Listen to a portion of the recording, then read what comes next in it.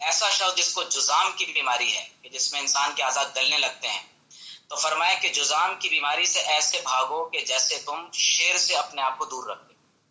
تو گویا کہ کچھ بیماریاں ایسی ہوتی ہیں کہ جو انسان کو نقصان پہنچا سکتی ہیں۔ طاعون کی بیماری کے بارے میں آپ صلی اللہ علیہ وسلم نے فرمایا ہے کہ جس علاقے میں طاعون ہو نہ تو وہاں پر کوئی داخل ہو،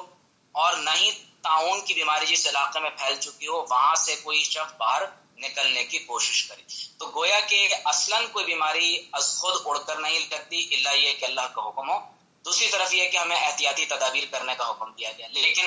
اس کے ساتھ ہمیں سیرت میں یہ بھی ملتا ہے کہ جب ثقیف کے قبیلے میں سے کچھ لوگ آپ صلی اللہ علیہ وسلم کے پاس بیعت کرنے کے لیے حاضر ہوئے، تو ان میں سے ایک شخص کو جذام کا مرض تھا، تو آپ صلی اللہ علیہ وسلم نے اس کو پیغام بھجوایا کہ تم اپنے گھر میں ہی مقیم رہو، ہم نے تمہاری بیعت وہیں سے کر لی۔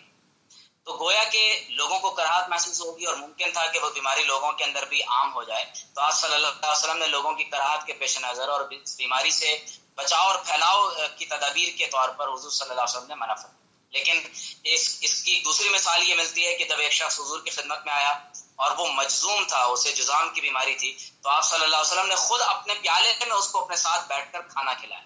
حضرت ابو بکر اور حضرت ابن عمر رضی اللہ تعالی عنہما سے بھی ایک ایسی روایت ملتی ہے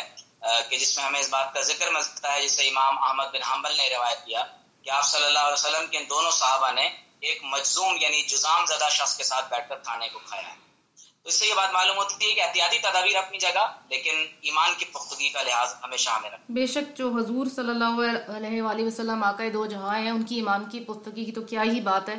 اور ویسے بھی وہ ہمارے آقا جتنے محبت کرنے والے تھے، وہ کسی بھی شخص کو یہ احساس نہیں کروا سکتے تھے کہ تم اس قابل نہیں ہو کہ میرے ساتھ نہ بیٹھو۔ تو لیکن اس کے ساتھ ساتھ جو آپ احتیاطی تدابیر بتا رہے ہیں، اس حوالے سے جو متحدہ عرب امارات کی علماء کونسل ہے، ان کا فتویٰ آیا ہے، اور انہوں نے یہاں تک کہا ہے کہ اگر آپ کا امیون سسٹم کمزور ہے اور آپ بوڑھے ہیں یا بچے ہیں، آپ کو لگتا ہے کہ آپ جلد بیمار ہو سکتے ہیں، تو آپ بے شک جمعے کی نماز بھی گھر میں پڑھ لیں، ظہر کی نماز پڑھ لیں، آپ باہر مت جائیں۔ تو اس فتوے کے بارے میں پاکستان کے علماء کیا کہتے ہیں، آپ کی اس کے بارے میں کیا رائے ہے؟ دیکھیے، ابھی تک پاکستان کے علماء کی کوئی متفق علیہ رائے اس حوالے سے نہیں آئی ہے، لیکن میں یہاں پر اپنی رائے آپ تمام احباب کے پیش نظر بالخصوص آپ کے اس پروگرام کی وساطت سے رکھنا چاہتا ہوں۔ پہلی بنیادی بات یہ ہے کہ پاکستان کے اندر ابھی تک صرف اور صرف 21 کیسز ہیں بی بی سی کی رپورٹ کے مطابق جو رپورٹڈ ہیں، ان میں سے 2 افراد صحتیاب ہونے کے بعد اپنے گھر جا چکے ہیں۔ اچھا۔ لیکن ہمارے میڈیا میں جس انداز سے اس کے اوپر ایک بڑا طوفان برپا کیا گیا ہے، تو محسوس یہ ہو رہا ہے گویا کہ ہر شخص اس میں مبتلا ہے، اور شاید عنقریب ایک بہت بڑی تعداد میں لوگوں کی موت واقع ہونے کے قریب ہے۔ حالانکہ ایسا نہیں ہے، صرف 20-21 افراد کے ابھی تک خالی وہ اس بیماری کے اندر مبتلا ہیں، اور ضرورت اس امر کی ہے کہ خصوصی طور پر اس حوالے سے لوگ اپنے آپ کو احتیاطی تدابیر میں تو رکھیں، لیکن شرعی حکم اس کا اس حوالے سے میں بیان کرنا ضروری سمجھتا ہوں، اور وہ یہ ہے کہ جمعۃ المبارک کی نماز پڑھنا فرض ہے۔ آپ صلی اللہ علیہ وسلم کی تعلیم سے ہم پر یہ بات واضح ہوتی ہے کہ جس شخص کے بارے میں یہ ثابت ہو چکا ہے کہ اسے جذام کا مرض ہے، تو ایسے شخص کو اپنے گھر میں ہی جمعے کی نماز پڑھنی چاہیے، یا جس کے بارے میں ثابت ہو چکا ہے کہ وہ کرونا وائرس سے متاثرہ ہے، تو اس کو بھی اپنے گھر میں جمعے کی نماز کو ظہر کی نماز میں کنورٹ کر کے ادا کرنا چاہیے۔ لیکن محض ایک احتیاطی تدبیر کے طور پر کہ جبکہ لوگ مسلمان جمعے کے دن غسل کر کے نکلتے ہیں، مسواک کر کے نکلتے ہیں، صرف ایک احتیاطی تدبیر کے طور پر لوگوں کو یہ کہہ دینا کہ وہ جمعۃ المبارک کی نماز کو ترک کر دیں، یقیناً یہ ایمان کی ناپختگی کی دلیل ہے۔ یہاں پر ہمیں اس حدیث سے استفادہ کرنا ہے کہ جس میں آپ صلی اللہ علیہ وسلم نے فرمایا کہ کوئی بیماری از خود اللہ کی اجازت کے بغیر اڑ کر نہیں لگتی۔ تو میرا خیال یہ ہے کہ ابھی تک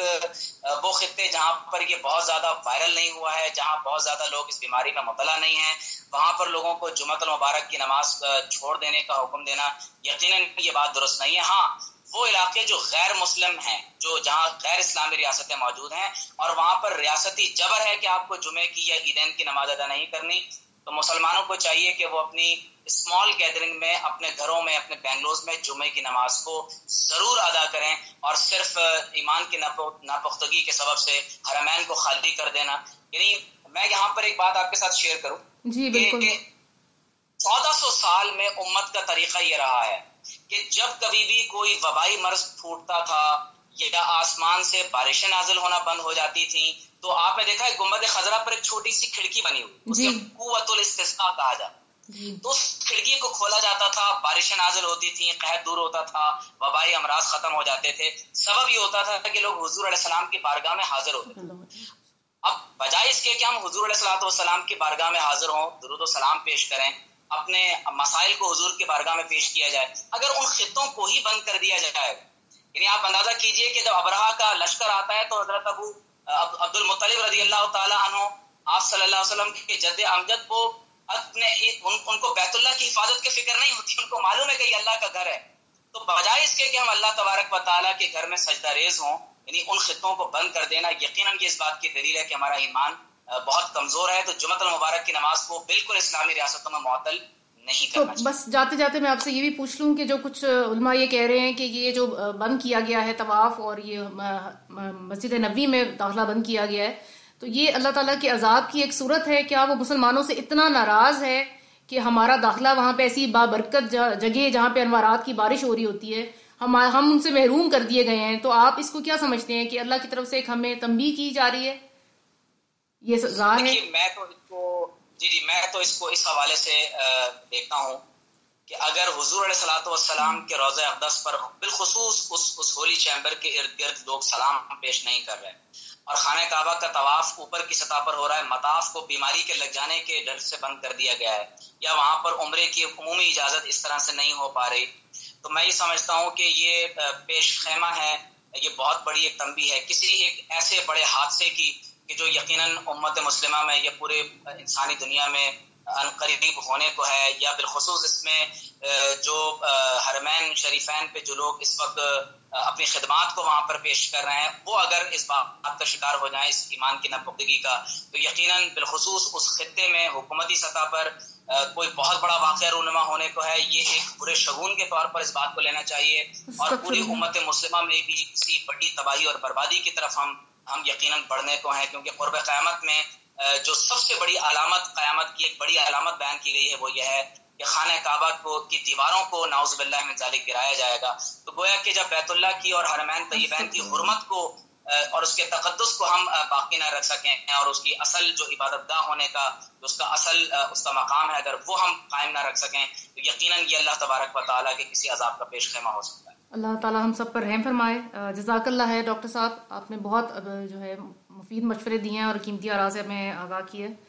انشاءاللہ آپ کے ساتھ اسی طرح سے دینی مسائل پر بات چیت ہم لوگ کرتے رہیں گے. میں بس ایک بات اس میں ایک آخر میں ایڈ کر دوں کہ کوشش کیجئے کہ سنت غذاؤں کو استعمال کریں، وضو کا ہر نماز میں اہتمام کریں، غسل کیجئے، خوشبو لگائیں، مسواک کریں، اور صبح فجر کے وقت اٹھیں اور جلد رات کو سونے کی کوشش کریں، اور ایک پینک پیدا کرنے کے بجائے حضور علیہ السلام کی سیرت طیبہ پر عمل کریں. اور یہی بات وقت ثابت کر دے گا کہ لقد کان لکم فی رسول اللہ اسوۃ حسنہ، کہ حضور علیہ السلام کی سیرت طیبہ میں ہی ہمارے لیے بہترین عملی نمونہ ہے. بے شک بے شک. بہت شکریہ، جزاک اللہ ہے. السلام علیکم. وعلیکم.